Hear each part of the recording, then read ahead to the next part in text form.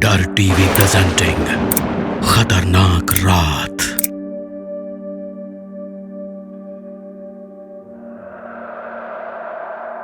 आज मानसी का जन्मदिन था।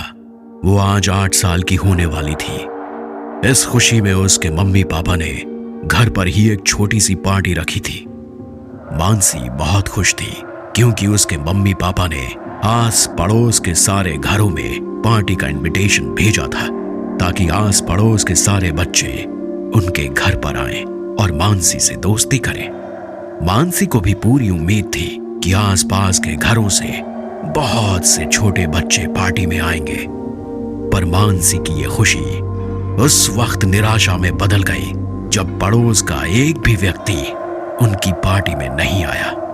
इसका कारण था उनका घर जो कई सालों से बंद पड़ा था। पड़ोसियों का मानना था कि इस घर में एक बुढ़िया की आत्मा रहती है जो कभी घर के आंगन में टहलती हुई तो कभी घर की खिड़कियों से झांकती हुई दिखाई देती है। उस आत्मा के डर से ना तो पड़ोस का कोई व्यक्ति उस घर में जाता था और ना ही उस घर की तरफ कोई नजर उठाकर देखता था। वैसे तो ये घर मानसी के पिता सुभाष का पुश्तैनी घर था, पर 15 साल पहले ही सुभाष अपने माँ बाप और इस घर को छोड़कर दूसरे शहर चला गया था। शहर से पैसे कमाकर वो कुछ दिनों पहले ही अपनी बीवी और बच्चे के साथ वापस उस घर में लौटा था। आसपास के लोगों ने उसे सतर्क भी किया कि इस घर में प्रेत आत्माओं का वास है, पर सुभाष को उनकी ये सारी बातें महज अंधविश्वास लगी। वो अपने परिवार के साथ यहाँ रहने लगा। सुभाष ने अपने कमाए हुए पैसों से इसी शहर में एक बेकरी खोल ली जहां वो केक बनाया करता था। आज भी सुभाष ने मानसी के लिए अपने हाथों से उसकी फेवरेट स्पेशल चॉकलेट केक बनाई थी, लेकिन मानसी तो किसी मेहमान के ना आने से रूठी हुई थी।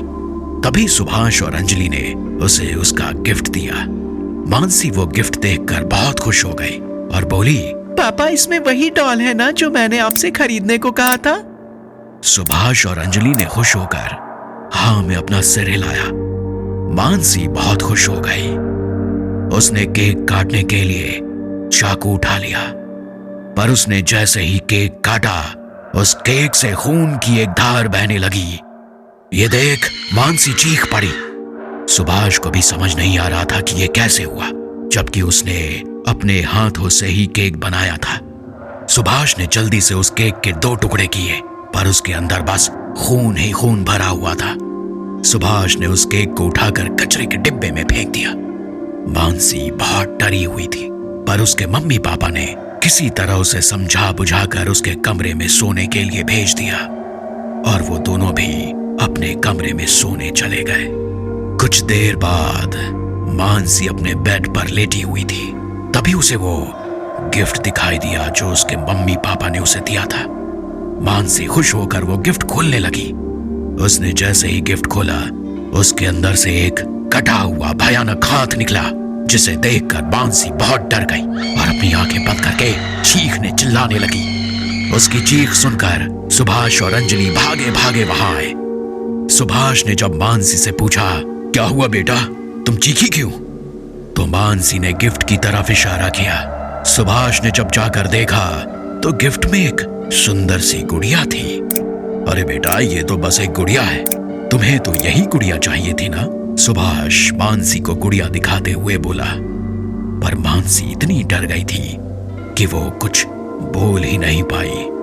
मानसी बेटा, आज तुम हमारे साथ ही सो जाओ, कहती हुई अंजलि मानसी को अपने कमरे में ले गई।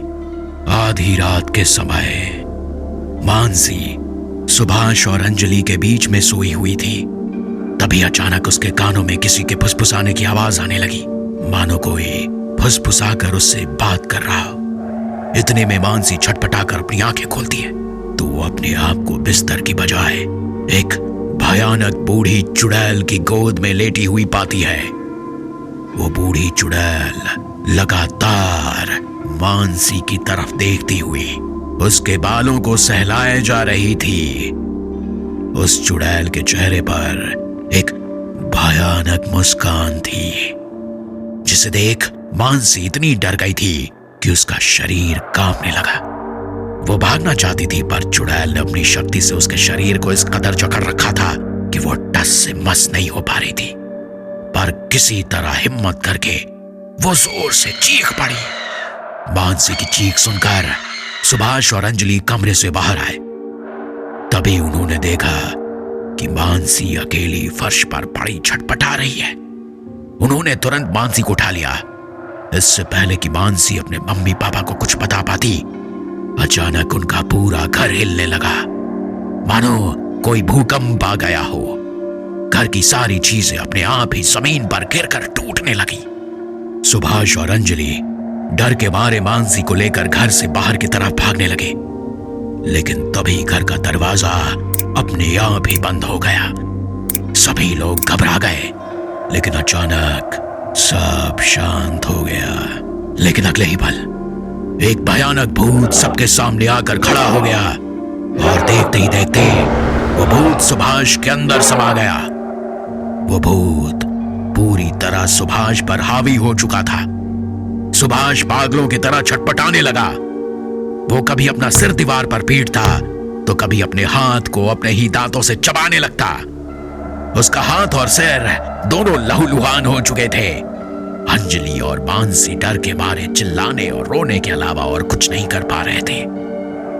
तभी अचानक सुभाष ने कांच का टूटा हुआ टुकड़ा अपने हाथ में उठा लिया और मुस्कुराता हुआ उसे अपनी गर्दन के पास ले गया। सुभाष अपनी गर्दन काटने ही वाला था कि तभी वो बूढ़ी चुड़ैल वहां आ गई। उस चुड़ैल ने अपनी शक्ति से सुभाष के अंदर के भूत को बाहर निकाल लिया। बाहर निकलते ही वो भूत अचानक गायब हो गया। सुभाष अब होश में आ चुका था। वो चुड़ैल को देखकर रोने लगा, क्योंकि वो चुड़ैल और कोई नहीं, सुभाष की मां थी। मां, ये सब क्या हो रहा है? सुभाष रोते हुए बोला। बूढ़ी चुड़ैल बोलती है, हाँ बेटा, मैं तेरी मां हूं और वो भूत जिसने तेरे शरीर पर कब्जा किया था वो कोई और नहीं, तेरे पिता थे। यह सुनकर सुभाष चौंक गया। पर मां, पिताजी मुझे क्यों मारना चाहते थे? बेटा, कई साल पहले अपने पिताजी की डांट की वजह से जब तू घर छोड़कर चला गया था, तब मैं और तेरे पिता तेरे वापस आने का इंतजार करते रहे। पर तूने ना तो कभी हमें फोन किया और ना तू कभी हमसे मिलने आया। इस बात का तेरे पिता को गहरा सदमा लगा बेटे, और वो धीरे धीरे पागल होते चले गए।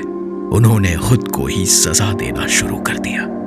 कभी वो अपना हाथ काट लेते तो कभी अपना सिर दीवार पर पीटते, और एक दिन उन्होंने खुद की ही गर्दन काट ली, जिससे उनकी मौत हो गई। उनकी मौत के कुछ सालों बाद मेरी भी मौत हो गई। तब से हम यही तेरे इंतजार में भटक रहे हैं। मां, मुझे माफ कर दीजिए। मैंने आप लोगों के साथ बहुत गलत किया, बहुत गलत किया मां। बेटा, हम कभी तुमसे नाराज नहीं थे, बस तुम्हें आखिरी बार देखने के लिए भटक रहे थे। पर अब हमारी आखिरी इच्छा भी पूरी हो गई है। जाने का समय हो गया है बेटा। ये कहकर सुभाष की मां हमेशा के लिए गायब हो गई। सुभाष बस वहीं खड़ा रोता रहा।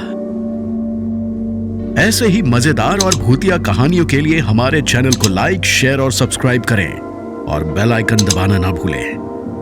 डरते रहें, डर टीवी पर।